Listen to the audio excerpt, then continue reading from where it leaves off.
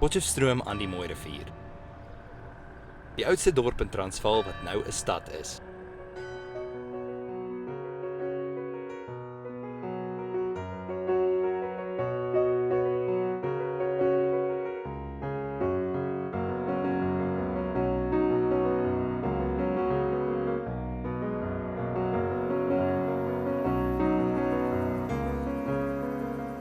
Die plek is veral bekend vir sy akkerbome.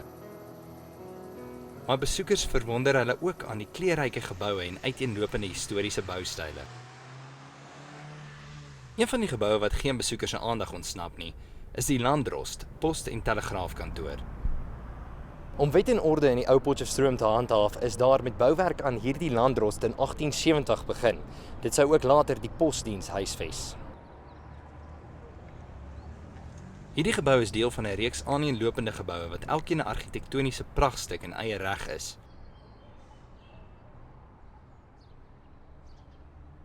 Dit is deur die Suid-Afrikaanse Republiek se Departement van Publieke Werke ontwerp.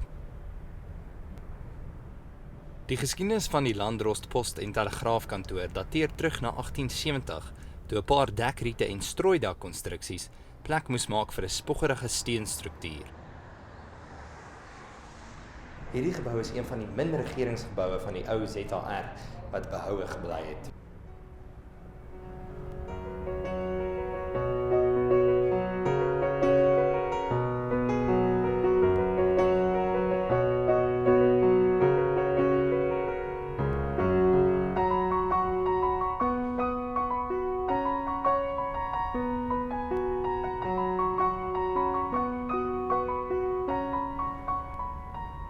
Wat baie interessant was, die Landdrost en Post- en Telegraafgebouetjie het later 'n bekende rol ook gespeel in die Eerste Vryheidsoorlog. Met die uitbreek van die Anglo-Boereoorlog in 1899 het die burgers van die Transvaalse Boererepubliek hier bymekaar gekom. Met die uitbreek van die Eerste Vryheidsoorlog, waar Paul Kreer dan ook gestaan het en 'n aankondiging gemaak het oor die oorlog. Mense sal ook sien op een van die foto's die ruit is gebreek en talle van die kinders het dan 4 klere rondgewaai en van die burgers was op hulle perde gewees wat hulle dan nou sou vertrek het weg van die dorp af op kommando. Men weet dat die Landdrostgebou ook die toneel was van die heel eerste burgerlike opstand onder swart mense in Suid-Afrika. Dit was in 1920 gewees oor 'n bepaalde huurderpermitstelsel. Die klomp vrouens van Makotweng en Klopperwil het in opstand gekom oor die lodger permits wat hulle moes betaal het en tot en met 'n kind wat ouer as 18 was, moes dan ook hierdie lodger geld betaal het aan die Stadsraad van Potchefstroom. Die mense was ongelooflik arm en die Kommunistiese Party en 'n groep vrouens van Makotweng Klopperwil het in opstand gekom. Hulle het met hulle griewe opgemarseer hier voor die Post- en Telegraafgebou, ook met hande in die lug en gesing. En ongelukkig, toe die polisie die hele situasie wil ontset, is 2 van die mense geskiet. Die een is ongelukkig dood. En die Landdrost het later bevind dat hierdie lodgepermitte wat die Stadsraad ingestel het van Potchefstroom was regtig onregverdig geweest en hulle het dit tot niet gemaak. Die restaurasie van die gebou het in alle erns in 1988 begin.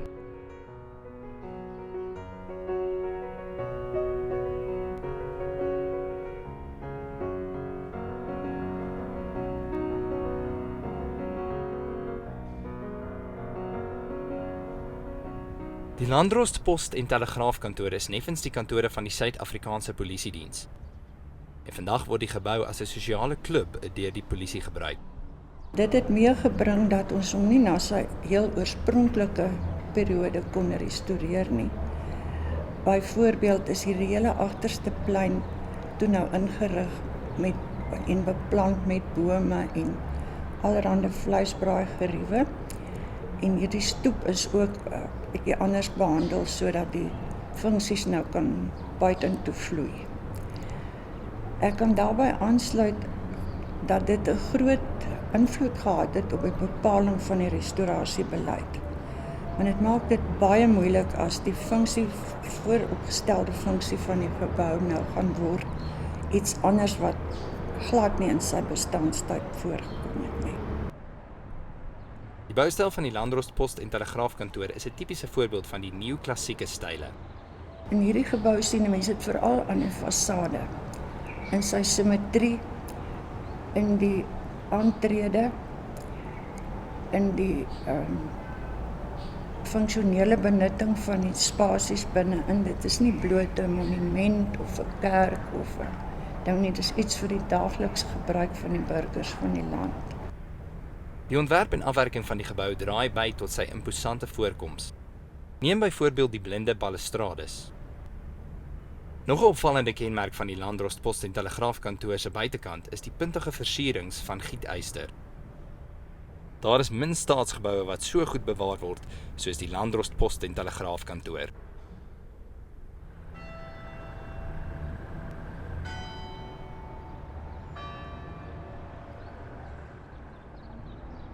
Elke dorp of stad in die wêreld het 'n stadshuis.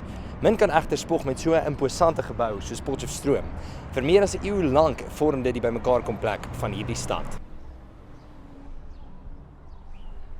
So wat 70 jaar na die stigting van Potchefstroom in 1838 en 3 jaar na die einde van die Anglo-Boereoorlog, het die dorpsraad besluit dat die tyd aangebreek het vir die bou van 'n spoggerige stadshuis.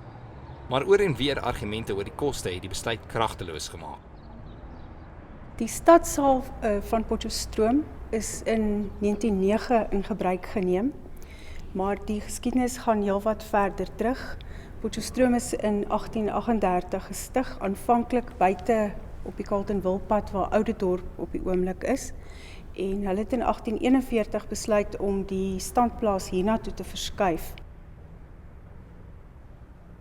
So 100 jaar gelede was hierdie net 'n oop stuk veld gewees. Later is die Carnegie Biblioteek langs die stadsaal gebou.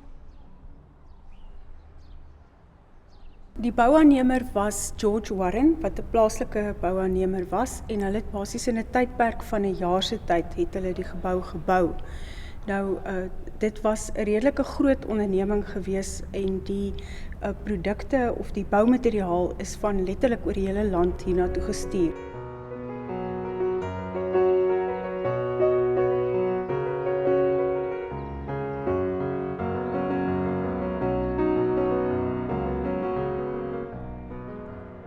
Wat die amptelike ingebruikneming op 10 Maart 1909 betref, dit was 'n groot okasie gewees, want die gebou is amptelik geopen deur generaal Smuts, wat op daai stadium die koloniale sekretaris van Suid-Afrika was.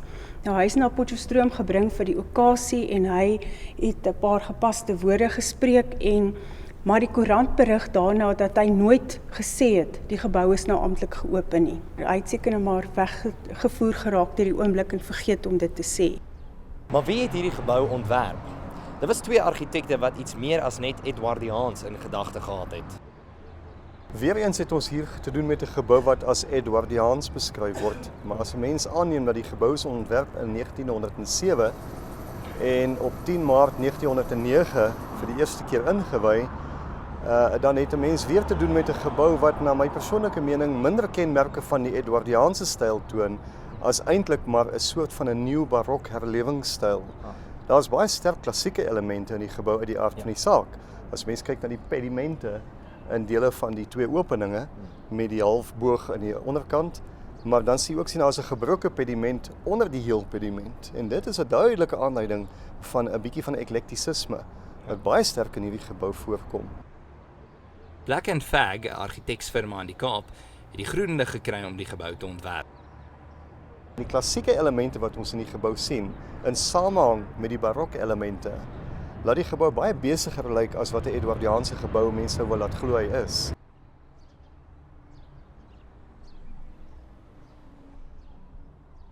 Die klok is in Nederland gemaak en die ou stadsvaders het self daarvoor gesorg dat siekes in die omgewing die gelei gespaar kan word. Hy is so gemaak dat die meganisme om die klok te laat lui kon ontsluit word, sodat as iemand in die omgewing siek is en die gelei van die klokke hulle dalk sou pla, dan kon hulle die meganisme ontsluit sodat die klokke nie gelei het nie, sodat mense nou net kon sien hoe laat dit op die oorlosiewyser is.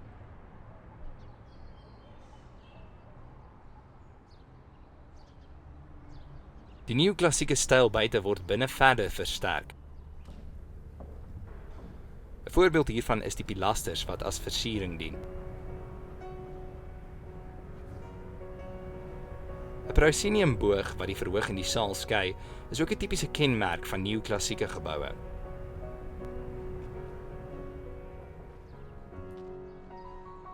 Enige besoeker aan Potchefstroom behoort die stad se geskiedkundige geboue hoog op hulle wenslysie te plaas. Potchefstroom se stadsaal met sy akkerbome is simbolies van 'n stad waar die ou en nuwe met mekaar in harmonie staan.